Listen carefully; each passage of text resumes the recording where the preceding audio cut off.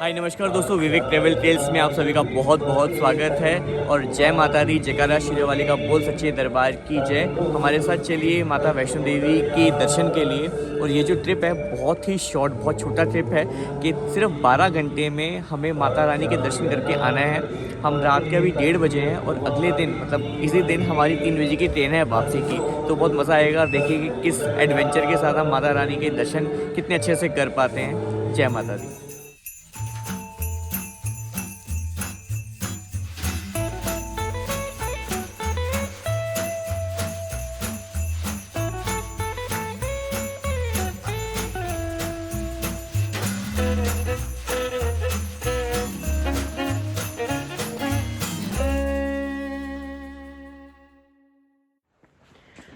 तो जय माता दी दोस्तों, आज हम लोग पुराने रास्ते से दोबारा माता वैष्णो देवी के दर्शन करने जा रहे हैं। लास्ट 2-3 साल से हम लगातार ताराकोटे मार्ग से जा रहे थे, लेकिन इस बार का प्लानिंग जो हमारी हुई बहुत ही क्विकली हुई। और हमारे पास सिर्फ 12 घंटे हैं एक्चुअली, जो हमें माता रानी के दर्शन भी करने हैं और वापसी अपनी ट्रेन भी पकड़नी है। तो इतना क्विक ये जो प्रोग्राम रहा है, वो समझिए कि बस हमारे पास टाइम नहीं था, लेकिन माता रानी का बुलावा ज़रूर था।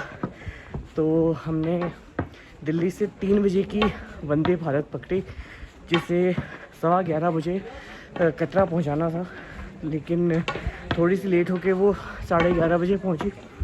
और 11:30 आते आते हम लोग 12 बजे पहुंचे अपने होटल में। तो होटल में प्री बुक किया हुआ था गोवा IBPO से, बिल्कुल रेलवे स्टेशन के पास था। अराउंड 700 मीटर की 10 मिनट की वॉक थी। तो बिना ऑटो लिए हुए हम दोनों वहाँ पहुँच गए। एक कन्फ्यूज़न हुई वहाँ पर। इनफैक्ट आपको पता होगा, जैसे ही आप कटरा पे माता वैष्णो देवी के रेलवे स्टेशन पे उतरते हैं तो एक यात्री पर्ची काउंटर वहीं पर ही है। और आपको ये भी पता है कि यात्री पर्ची पहले जो हुआ करती थी, अब उसकी जगह पे RFID कार्ड, ये कार्ड आपको चाहिए होता है हमेशा। तो बिना इस कार्ड के, इस रजिस्ट्रेशन के अब आप दर्शन नहीं कर सकते। तो जब हमने कटरा में रेलवे स्टेशन पर उनसे पूछा कि यहाँ से कार्ड किस टाइम पे बनेगा, तो बोले अब तो यहाँ पे 5 बजे बनेगा।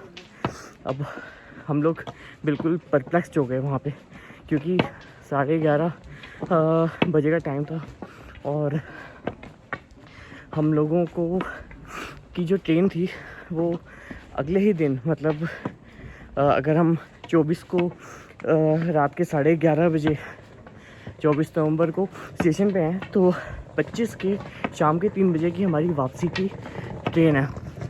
और अब वो कह रहे हैं कि 5 बजे RFID कार्ड आपको मिलेगा। तो वो तो हमारा सारा प्लान ही एक तरह से कैंसिल होने वाली स्थिति में था।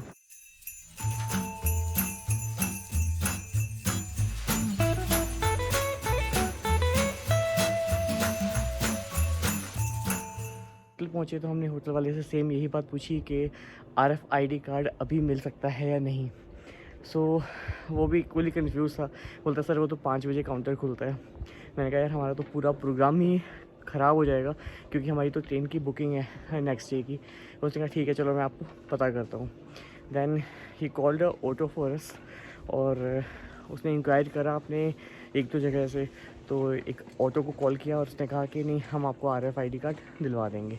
उसके लिए अगर आपके पास को 2 लोगों को जाना है तो दोनों लोगों को जाना पड़ेगा, प्रोवाइडेड आपके पास ऑनलाइन रजिस्ट्रेशन आपने पहले कराया हो। वो हमने ऑलरेडी कराया हुआ था। अब हम बिना नहाए धोए जैसे ही होटल में गए थे, वैसे ही हम निकल पड़े ऑटो पकड़ के ताराकोटे मार्ग पे, जहाँ पे RFID रजिस्ट्रेशन काउंटर था। वहाँ पर हमने जब रजिस्ट्रेशन के बारे में पूछा तो पर्सन अवेलेबल था। तो मैंने उनसे पूछा कि सर कब तक अवेलेबल होता है, किस टाइम तक। बोलते हैं जिसने ऑनलाइन रजिस्ट्रेशन करा हुआ है उसके लिए पूरी रात खुला हुआ है, मतलब आप कभी भी आके अपना RFID कार्ड ले सकते थे। यहाँ पे हमसे थोड़ी सी मिस्टेक हुई, थोड़ा सा हम पहले इंक्वायर कर लेते तो हमें हमारे डबल चक्कर नहीं लगते, क्योंकि होटल से अगर आप ताराकोटे मार्ग पे ड्रॉप लेते हो तो आपके 200 रुपये लग जाते हैं। तो अब हमारे साथ क्या हुआ कि हमने पहले सिर्फ RFID कार्ड लेने के लिए हम पहले ताराकोटे मार्ग पे गए, फिर वापस होटल आए और 400 रुपये लग गए। और फिर उसके बाद हम फटाफट नहाए धोए और निकले। लेकिन एक बात ये अच्छी भी हुई क्योंकि ताराकोटे मार्ग पे आपको कोई भी दुकानें नहीं मिलती और हमें माता की चुन्नी और जो चांदी के छत्र हैं वो लेने थे यहाँ से। सो इतनी रात हो चुकी थी और ताराकोटे मार्ग पे बहुत संभावना कम थी कि हमें ये सब चीज़ें मिल जाती। और एक और भी चीज़ थी कि बीइंग मंडे मॉर्निंग या संडे नाइट कह सकते हैं, और हमने पता भी किया कि ज़्यादा भीड़ नहीं है, तो हमने कहा चलो ताराकोटे का थोड़ा सुनसान भी रहेगा, क्यों ना हम लोग पुराने रास्ते से चलते हैं। बहुत सालों से हम इस रास्ते पर गए भी नहीं थे, तो हम आए हैं आज दोबारा बाणगंगा वाले मार्ग से। और ताराकोटे पे चलते चलते आदत नहीं थी चढ़ाई करने की, वो तो बिल्कुल सीधा सीधा रास्ता है, लेकिन यहाँ पे जो पुराना रास्ता है उस पर आपको चढ़ना ही पड़ता है।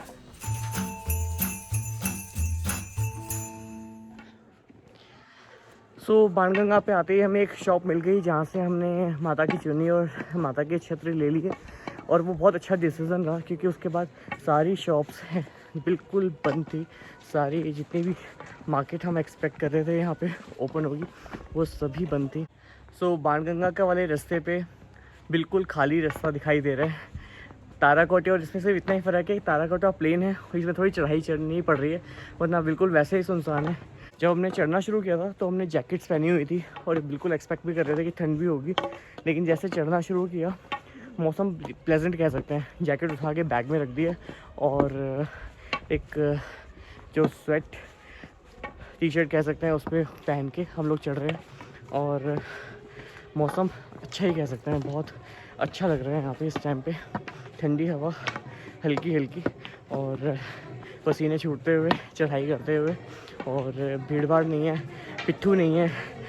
तो इस रास्ते को मैं हमेशा अवॉइड करता था, इसीलिए क्योंकि वो जो पिट्ठू वाले आते हैं जो भीड़ लगा देते हैं और टक्करें मारते हुए चलते हैं। इसी वजह से हम लोग लास्ट कई सालों से ताराकोटे मार्ग से जा रहे थे, लेकिन अभी रास्ता भी अच्छा लग रहा है। मे बी शायद जितनी रात को हम लोग चलना शुरू किया है उस वजह से कि रात के 2 बजे हम चल रहे हैं और चढ़ाई करने वाले लोग कम, पिट्ठू कम, और आराम से हम चल पा रहे हैं यहाँ पे।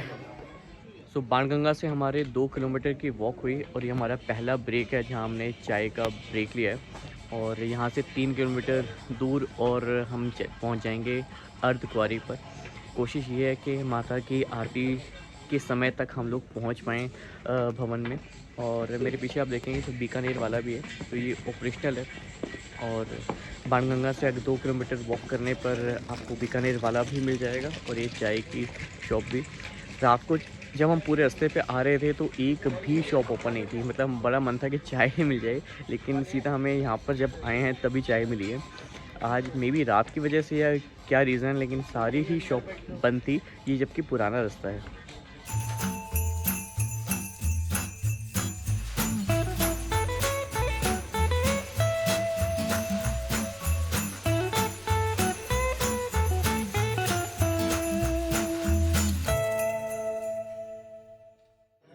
जय माता दी दोस्तों, तो हम लोग इस जगह पे पहुंच गए हैं जहां से आप हिमकोटी के मार्ग से जो 1 किलोमीटर कम है, 5.5 किलोमीटर का जो सीधा रास्ता है वहाँ पे जा सकते हैं, और हम इसी रास्ते पे जाएंगे। जो ताराकोटे का मार्ग था वो यहीं तक आता है। इसके बाद आपको 2 ऑप्शंस हैं आपके पास। एक पुराने रास्ते से जा सकते हैं जो हाथी मत्थे का रास्ता है, बहुत खड़ी चढ़ाई है। I will not recommend you to go by Hathi Matha, बहुत ही ज़्यादा खड़ा रास्ता है। अगर आपको अर्धकुंवारी में गर्भ जून के दर्शन करने हैं तो भी यहाँ से जा सकते हैं, वरना हिमकोटी से भी जा सकते हैं। तो हम लोग अब हिमकोटी के दर्शन करेंगे।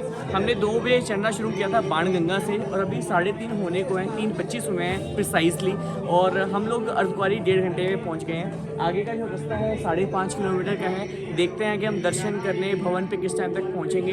कोशिश ये रहेगी कि 7 बजे आरती होती है उससे पहले हम लोग दर्शन कर लें, वरना 2 घंटे हमें आरती के लिए रुकना होगा। तो चलिए चलते हैं। जय माता दी।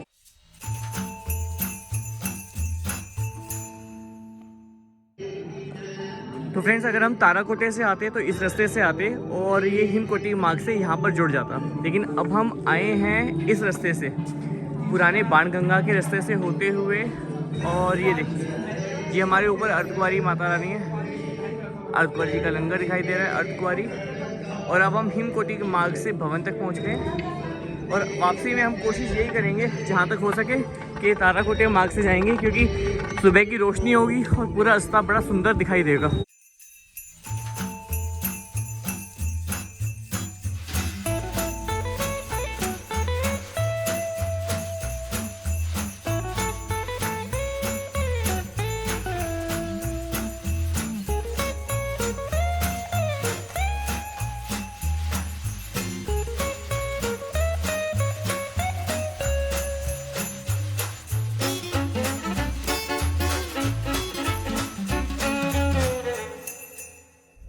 जय माता दी दोस्तों, बहुत ही अच्छा टाइम शेड्यूल चल रहा है हम लोगों का।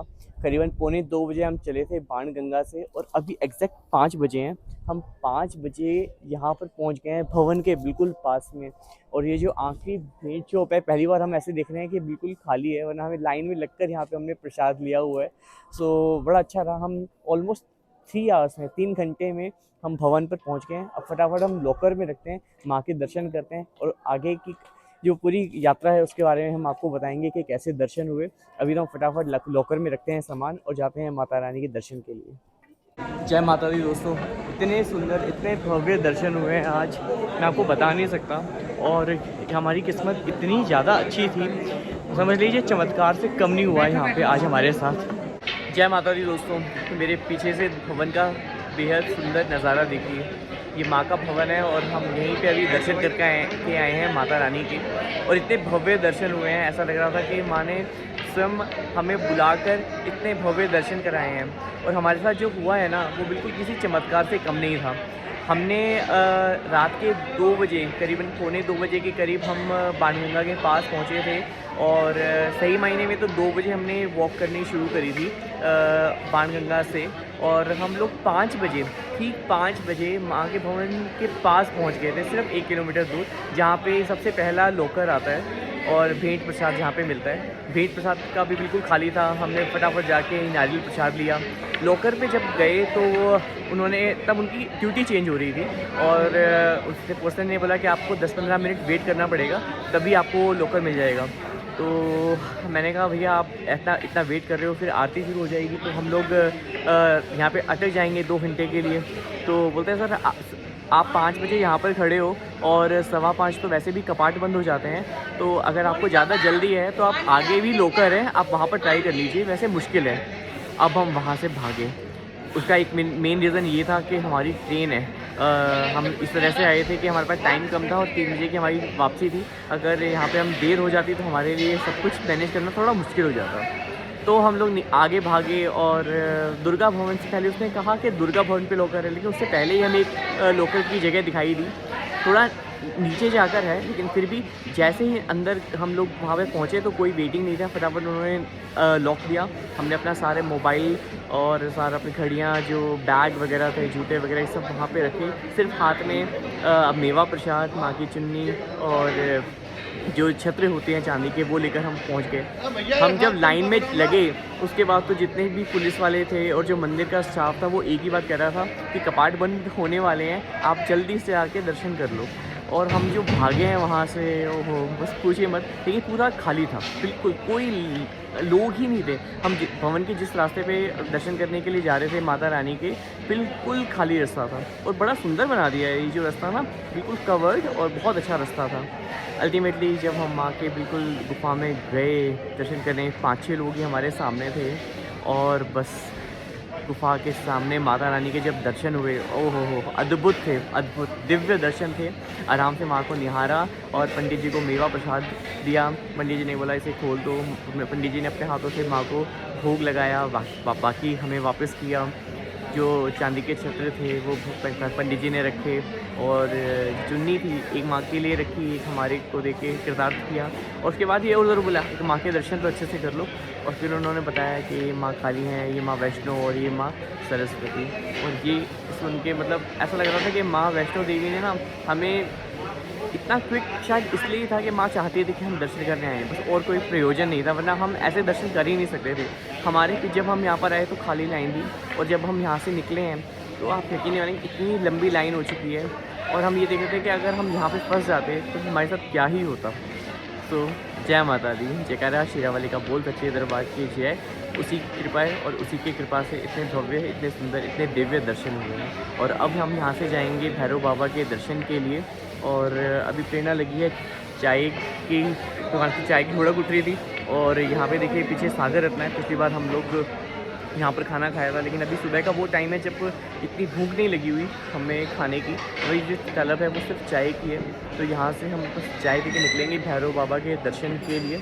और ये रास्ता जाता है सीधा भैरव बाबा के लिए। तो हम यहाँ से भैरव बाबा के दर्शन करते हैं और फिर उतरेंगे नीचे ताराकोटे मार्ग से। और होटल पहुँच के थोड़ी देर आराम करने के बाद प्रसाद लेंगे और वापस बैठ जाएंगे वंदे भारत में और पहुँच जाएंगे दिल्ली 11 बजे। तो सिर्फ 12 घंटे में माता रानी के हम दिव्य दर्शन करके वापस दिल्ली पहुँच जाएंगे। ये हमारे लिए सबसे क्विक टाइम में किया गया माता रानी का दर्शन।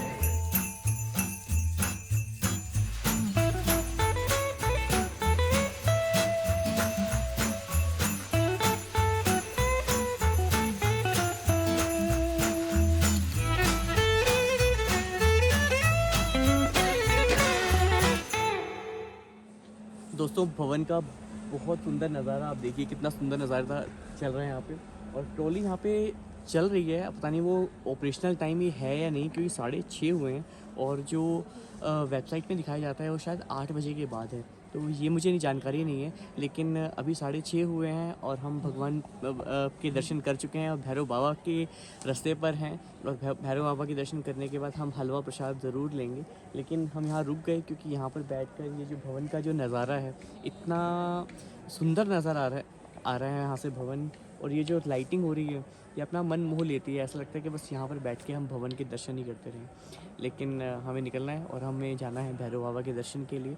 तो चलते हैं आगे भैरव बाबा के दर्शन के लिए।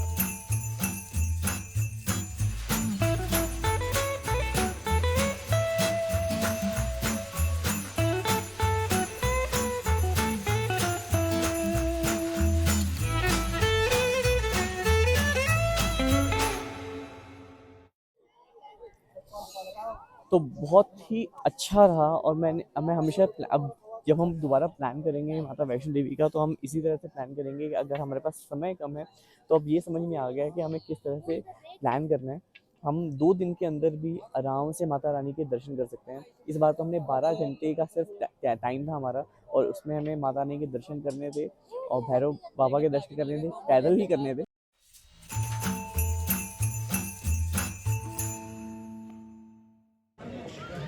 बहुत ही अद्भुत दर्शन और इतनी सुगमता से चीज़ें हुई हैं, बिल्कुल विश्वास तो करना ही पड़ेगा कि हमारे साथ ऐसा हुआ है। लेकिन इतने कम घंटे थे हमारे पास, जरा सा भी इधर से उधर होता ना प्रोग्राम तो सारा प्रोग्राम कैंसिल हो सकता था। लेकिन सब कुछ भगवान की दया से, माता रानी की कृपा से बहुत ही अच्छा हो गया।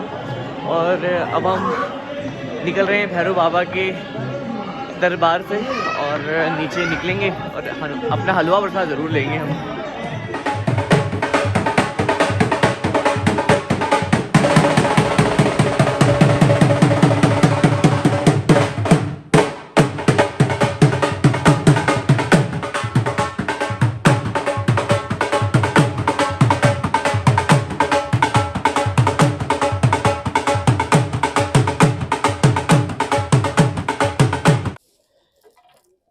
हम वापसी के रास्ते पे हैं दोस्तों। और हमने जब शुरू किया था चलना तो अपने साथ हम पूरी पैकिंग करके लेकर गए थे।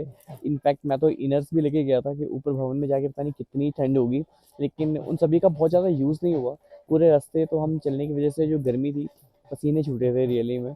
लेकिन जब भवन से 2-2.5 किलोमीटर दूर रह गए थे तब बहुत ठंडी हवा चलने लगी थी।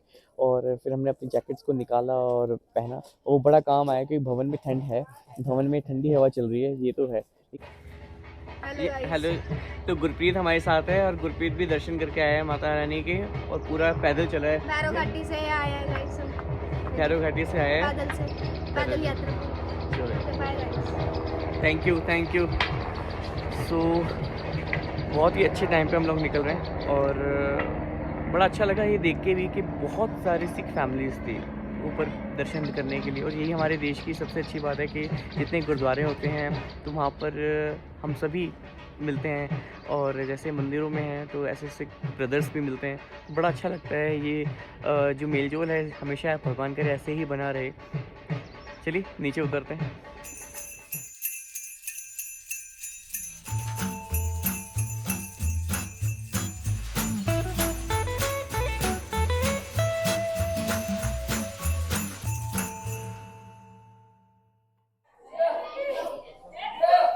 तो फ्रेंड, सांझी छत पर पहुंचने के बाद सबसे पहले हमें जो इंतज़ार रहता है ना, वो इस प्रसाद ग्रहण का रहता है, हलवे और चने का। और ये वो स्थान है जहाँ पर प्रसाद मिलता है, अदरवाइज हम किसी भी रास्ते से नीचे उतरें और कहीं पर भी ये प्रसाद नहीं मिलता। मतलब इतना अच्छा लगता है कि माता रानी के हम दर्शन करते हैं, उसके बाद भैरव घाटी में भैरव बाबा के दर्शन करते हैं और उसके बाद सीधा आके प्रसाद को ग्रहण करते हैं। तो सांझी छत पे हलवे और चने का प्रसाद और साथ में चाय, ये बिल्कुल फ्री है और आप इस प्रसाद को ज़रूर ग्रहण करें। पुराने रास्ते से आएँ, जब आप उतर रहे हो भैरव घाटी से नीचे उतरेंगे तो सांझी छत पे ही ये प्रसाद वितरण होता रहता है और बड़ा अच्छा लगेगा आपको यहाँ पे प्रसाद लेना। और ये जो स्वाद होता है ना ये प्रसाद का, ये कहीं भी नहीं मिल सकता आपको। तो प्रसाद ज़रूर ग्रहण करें, उसके बाद आप नीचे उतरें। तो फ्रेंड्स, मेरे पीछे आप देखेंगे ये प्रसाद भवन है और प्रसाद भवन सांझी छत के ऊपर है। और हम लोग यहाँ से हलवा प्रसाद और चाय पीकर जस्ट अभी निकले हैं और इतना अच्छा यहाँ पे लगा ना प्रसाद को ग्रहण करना, प्रसाद को लेना। इसका टेस्ट ज़िंदगी पर मुझे याद आता है ना, जब भी माता वैष्णो देवी पे दर्शन करने का आने का मन करता है और जब हम दर्शन करते भी हैं तो ये दिमाग में आता है यहाँ पे मुझे प्रसाद ज़रूर ग्रहण करना है। सो आई विल हाईली रिकमेंड, कभी भी आप प्रसाद को मिस मत करिएगा। यहाँ पे अगर आप वैष्णो देवी पे आ रहे हैं तो सांझी छत के रास्ते से आइए और प्रसाद को, जो हलवा प्रसाद और चने का प्रसाद है और चाय का प्रसाद है, उसको ज़रूर लें। आपको बहुत बहुत बहुत मज़ा आएगा।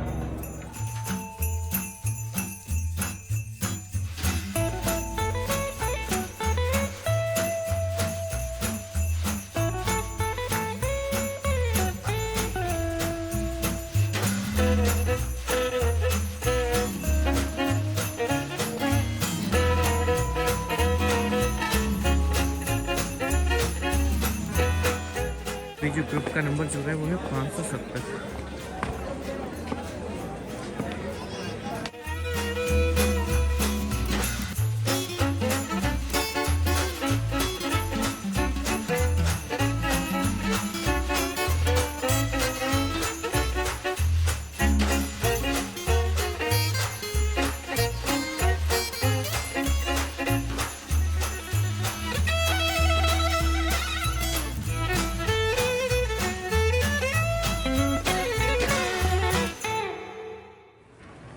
हे फ्रेंड्स, सो हम लोग अर्धकुंवारी से अब रास्ता ले रहे हैं ताराकोटे का, और ताराकोटे से हम वापस उतरेंगे अपने गंतव्य स्थान के लिए।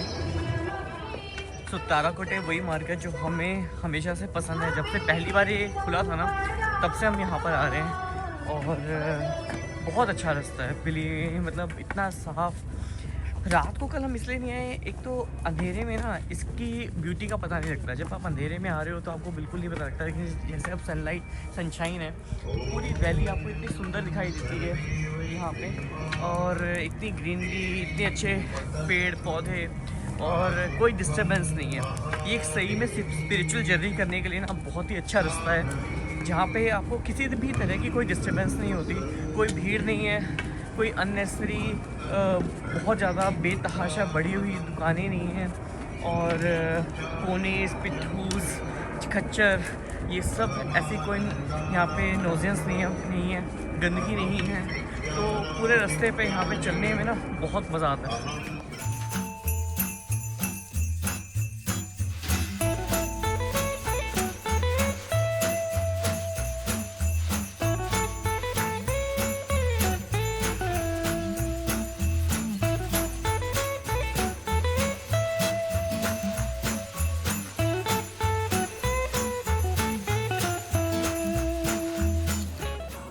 फ्रेंड्स, ताराकोटे मार्ग से उतरते हुए हम लंगर सेवा ले रहे हैं और लंगर सेवा में बहुत ही अच्छे चावल दिखाई दे रहे हैं और अचार।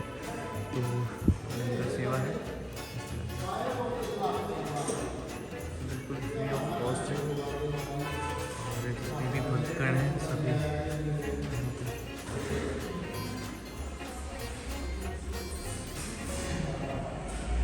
प्रसाद ग्रहण कर सकते हैं। तो फ्रेंड्स, ताराकोटे मार्ग पर ये जो लंगर सेवा है, इस पूरा परिदृश्य यहाँ से बहुत सुंदर दिखाई देता है। अभी फव्वारे चल नहीं रहे हैं।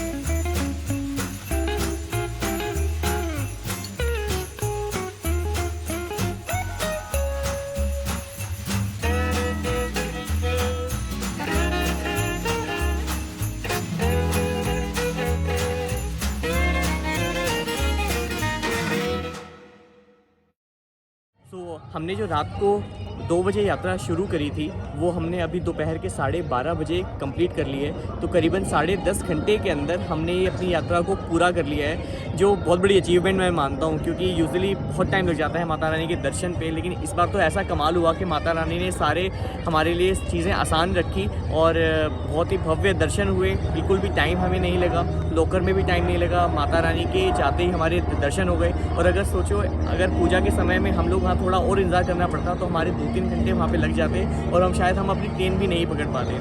तो हमारे यहाँ बहुत सुंदर दर्शन हुए, बहुत अच्छे से यात्रा हुई और हमने वापसी में ताराकोटे मार्ग लिया और हम दोबारा ताराकोटे मार्ग पर हैं और यात्रा यहीं पर संपन्न होती है। तो यह वीडियो आपको कैसे लगी ज़रूर बताइएगा और मेरे चैनल को सब्सक्राइब कर सपोर्ट करें। Thank you so much. जय माता दी।